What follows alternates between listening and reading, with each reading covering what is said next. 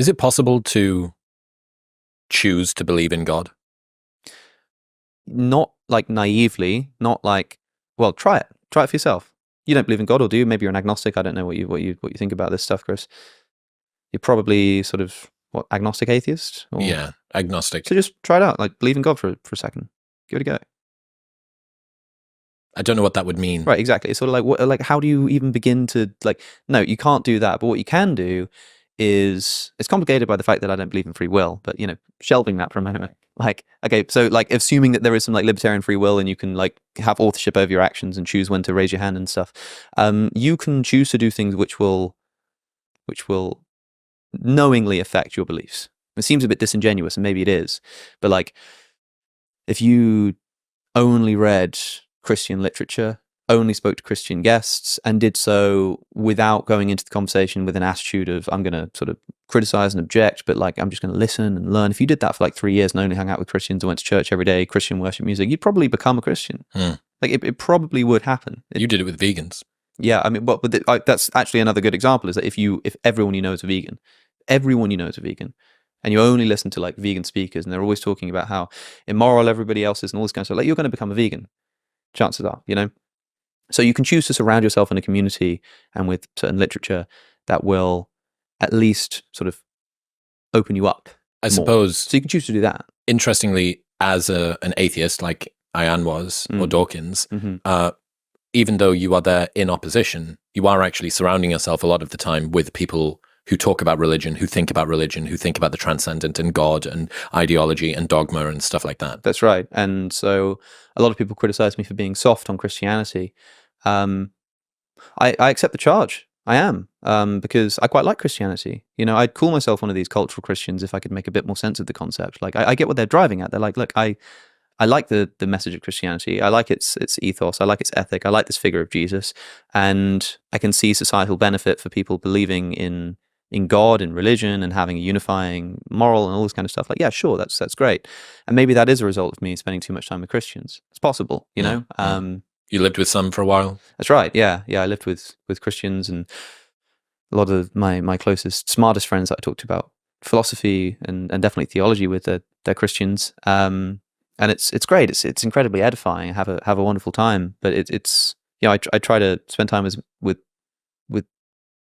different people from different backgrounds with different ideas all the time. But yeah, I mean, you can choose to sort of adopt your surroundings. And the thing is, that is disingenuous in the sense that you're essentially just aesthetically deciding which worldview you want to like put on. Sort of irrelevant is the truth claims that it makes. But I totally understand it, especially if you're someone like I am. If you're someone who, I mean, imagine what it's like to be actually suicidal for months, for years, to literally have hit rock bottom and have nowhere else to go, and suddenly you discover this thing. You discover this thing which, after years and years of struggle, with the deepest and darkest struggle that a person can go through, you get this sort of hand that you can grab hold of, and it just lifts you out of this, brings you back to life, and then just as you're sort of there and thinking, oh my goodness, I've been waiting for tears streaming down your face.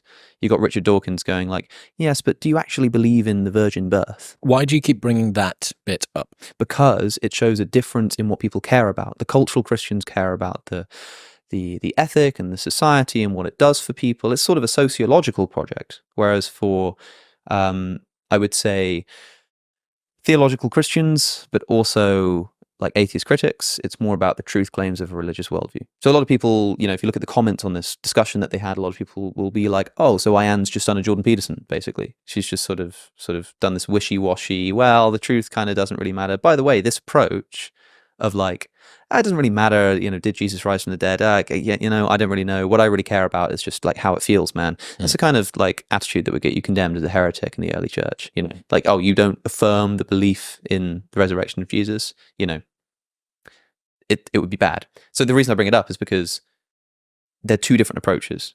One is very left-brained, one is very right-brained. Honestly, it's sort of, what about the facts, the science, and the other side is sort of, what about the narrative and the sort of feeling and the ethic and the poetry? And that's the left brain and the right brain battling it out right in front of you.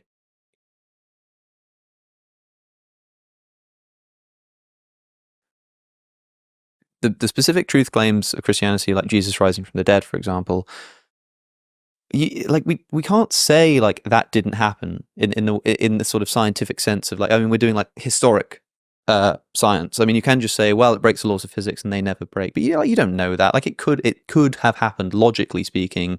It doesn't break any laws of logic for a man to rise from the dead. If like we discovered the bones of Jesus, that would be another matter. I mean, you'd be able to say, well, the truth claims aren't really important to me. I care about the narrative and all this kind of, but you'd be like, yeah, but we have the bones of Jesus. We know that he remained dead. He did not rise from the dead, didn't ascend into heaven. Like Christianity has got to be undermined there.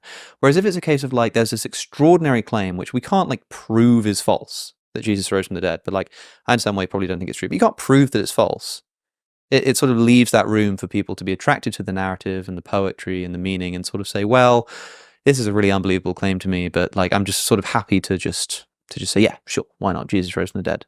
Okay, I choose to believe it, as Ayaan Hirsi Ali did. What I was going to say about her with the nihilism question is that, like, when she approaches the discussion with Richard Dawkins, we're not talking about Russia and wokeism anymore. A little bit, it comes up. But she's talking about her own depression. She's talking about her own sort of feelings of nihilism and despair and suicidality, and that's what Christianity afforded and like a way to get out of for her.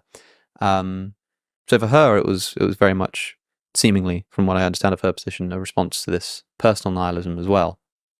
I wonder if I kind of had it in my head about that debate and the applause that people had for her when she said, and I found faith and faith dragged me out of my problems.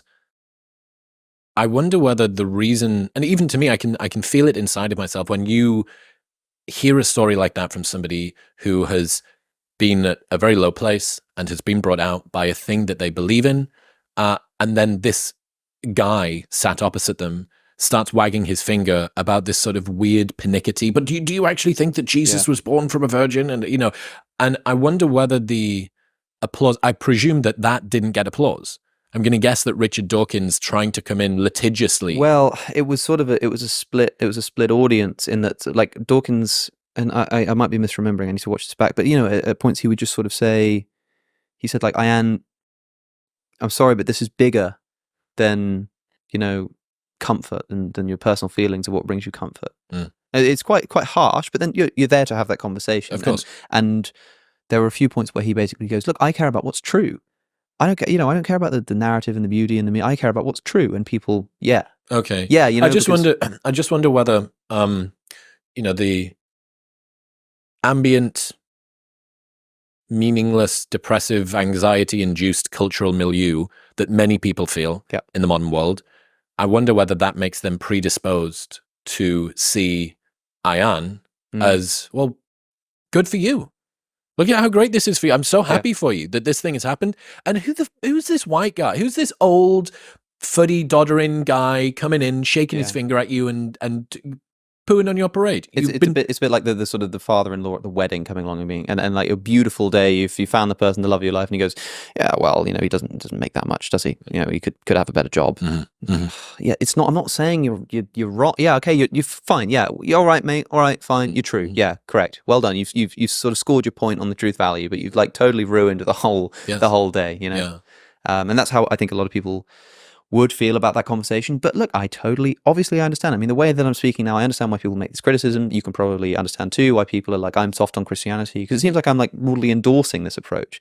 I'm not endorsing it. I'm trying to explain what I see going on. And what I see going on is an abandonment of care for like propositional truth claims and an embracing of unifying narrative that sort of gives direction to people's lives. And people are more attracted to that. I'm still like the reason why I wouldn't be able to just call myself a Christian is because I don't believe that it's true.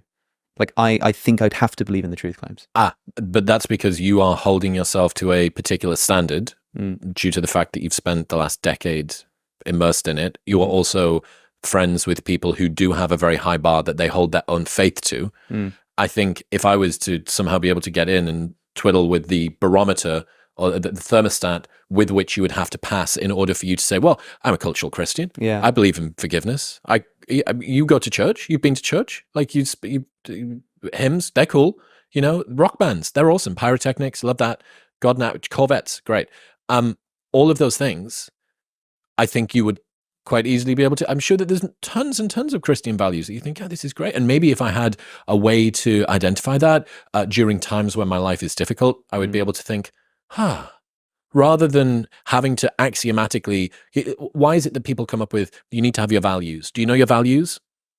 Big personal development thing. You have values and then you have principles. Like, what is it that I believe in? And then operationally, how do I actually act within each of these?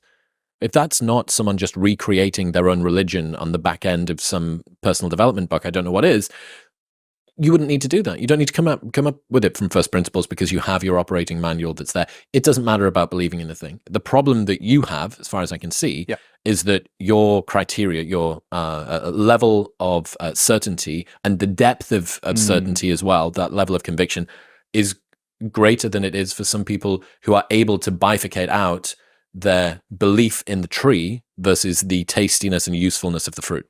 Yeah, and there's going to be a lot more hurdles in the way of like, to believe in the resurrection of Jesus, I don't just have to suddenly become convinced that there's a strong historical case for it, because I know that there is. I just know that there are a lot of objections to that as well. And so now I've got to sort of overcome those objections. Whereas for somebody else, it might not need to go that deep for them to have that conviction sort of develop within them. So I think, you know, they say God meets you where you're at, right? Like it would be, I mean, so many people spend so much time trying to do theology or philosophy, and they study intricate arguments of God's existence, some of them extraordinarily complicated with like 50 different premises.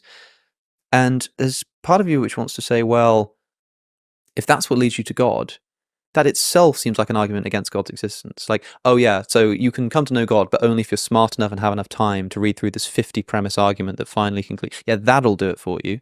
That doesn't seem like the way that things would be designed.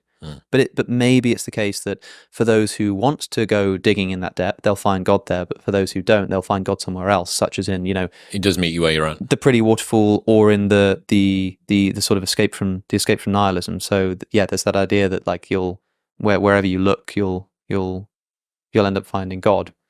How much do you think this Christian revival is downstream from Jordan Peterson? Is there a first mover of the Christian revival? Hard to say.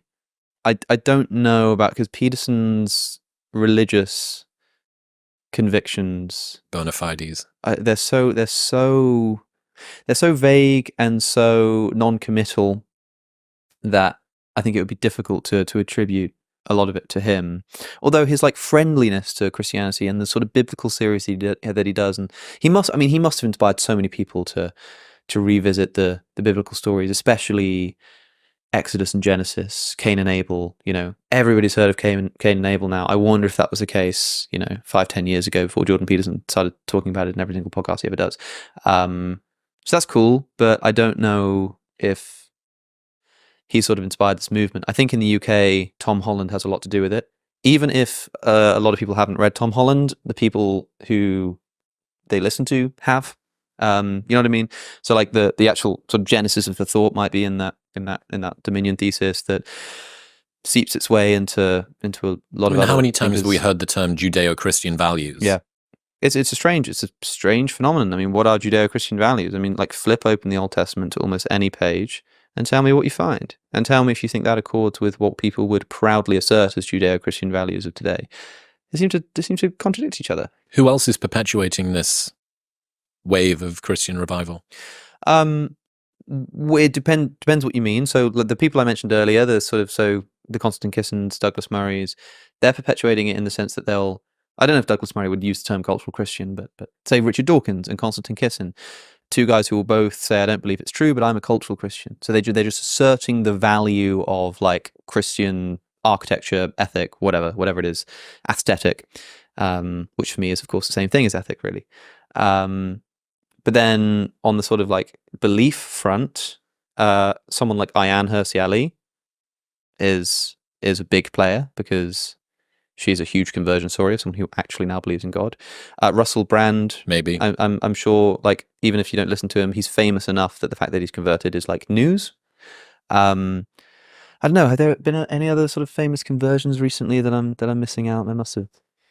Because also you can dispute whether this Christian revival thing is happening at all. Like maybe it's just like a bunch of wishful thinking. Maybe it's just a bunch of people getting excited because one or two people have converted to Christianity again. You know, like who knows? It would be interesting. I wonder when the next census comes out or whatever GSS data, if we're going to see some mild Christian light thing coming about. Maybe you would be able to see this in a. Maybe people won't even identify as Christian, but fewer will identify as atheist or agnostic or of no belief. The last census showed, for the first time, less than 50% of the population called themselves Christian. Where? In England. Right. Yeah. Okay. So the big sort of every 10-year census. So when was this? Do you know? This was, no, I can't remember. I think it's 2021, maybe. So right, recently. Yeah, so like recently. Like 2015 or something. Yeah, they do it, yeah. Something like that. And so we'll have to wait for the next one, but it's been steadily declining. You know, Christianity has been going down. And so if you look at any of the statistics, the projections are like, what the hell are you talking about, Christian revival? Literally, the church is being absolutely decimated. No one is showing up for church attendance. You know, people are calling themselves Christians. It's on the down low. You know, Islam is growing, atheism is growing, you know, all of this kind of stuff. Christianity is completely depleted. And yet there's sort of people who are just like, yeah, but I can like feel it in the air, man. Like there's just something happening. And so like maybe at the next census we'll see that the rate of decline slows down, maybe it reverses a bit, maybe it holds still, and that itself would actually be quite significant. I always think about that, how much is just internet degen, edgelord, like terminally online people thinking that their particular corner, their reality sphere is, well, this is happening everywhere. I remember before what was the last general election, 2019, where it was the Conservative landslide? Oh, yeah, sure, maybe. I don't know, I can't remember. Anyway, I remember Stormzy tweeted out in support of Jeremy Corbyn. Yeah, that's right. And I remember thinking, fucking hell, Stormzy. I mean, and look at how many retweets it's got. That's Stormzy. And then Amber, that won Love Island, tweeted out as well. And I thought, oh my God, like, you know, all of the polls are wrong. It's not going to happen. Not going to happen. And then you realize that the internet is not the real world. Yeah. Well, it's the same thing with Brexit and the election of Donald Trump. I remember when Donald Trump got elected, I must have been, 16 or something. And I just remember waking up and just being like, surely not. Surely not, because everybody is, and it's the same thing with Brexit. Like it was like, that's why people are like kind of suspicious of polls now, because like everybody was predicting that this wasn't going to happen, because and you felt it in the air. You like everyone you speak to, literally everyone you spoke to was like, oh, Brexit is this nonsense, so ridiculous, racist, and then it actually wins, and you're like, oh, right, okay, because people have their little bubbles, and I wonder how much of this like Christian revival thing is that. I mean, Christian revival, like seriously, to the extent that like, you know, okay, it's different in America, but in the UK, if you just pulled someone up on the street, if you went to a pub and say, hey man, have you been feeling this Christian revival?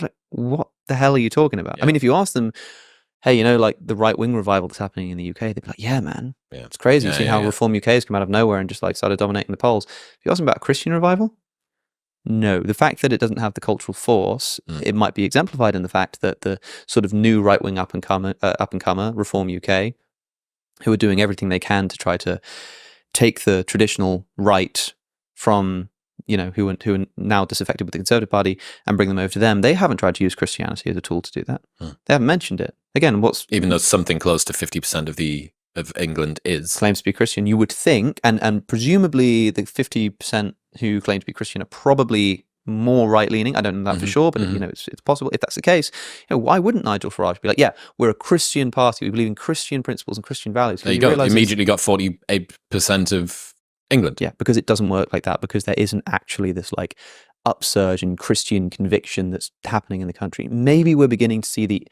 I think Justin Brierley's idea is that we're beginning to see it sort of in the intellectual space. Some of the important thought leaders are beginning to consider Christianity, and it's sort of in its infancy. And what's going to happen is those guys, a bit like the Tom Holland thing, where somebody changes their mind and then enough people listen to them and it sort of seeps down. And then eventually we might see something like the general population becoming more Christian, but it's not happening yet in my opinion.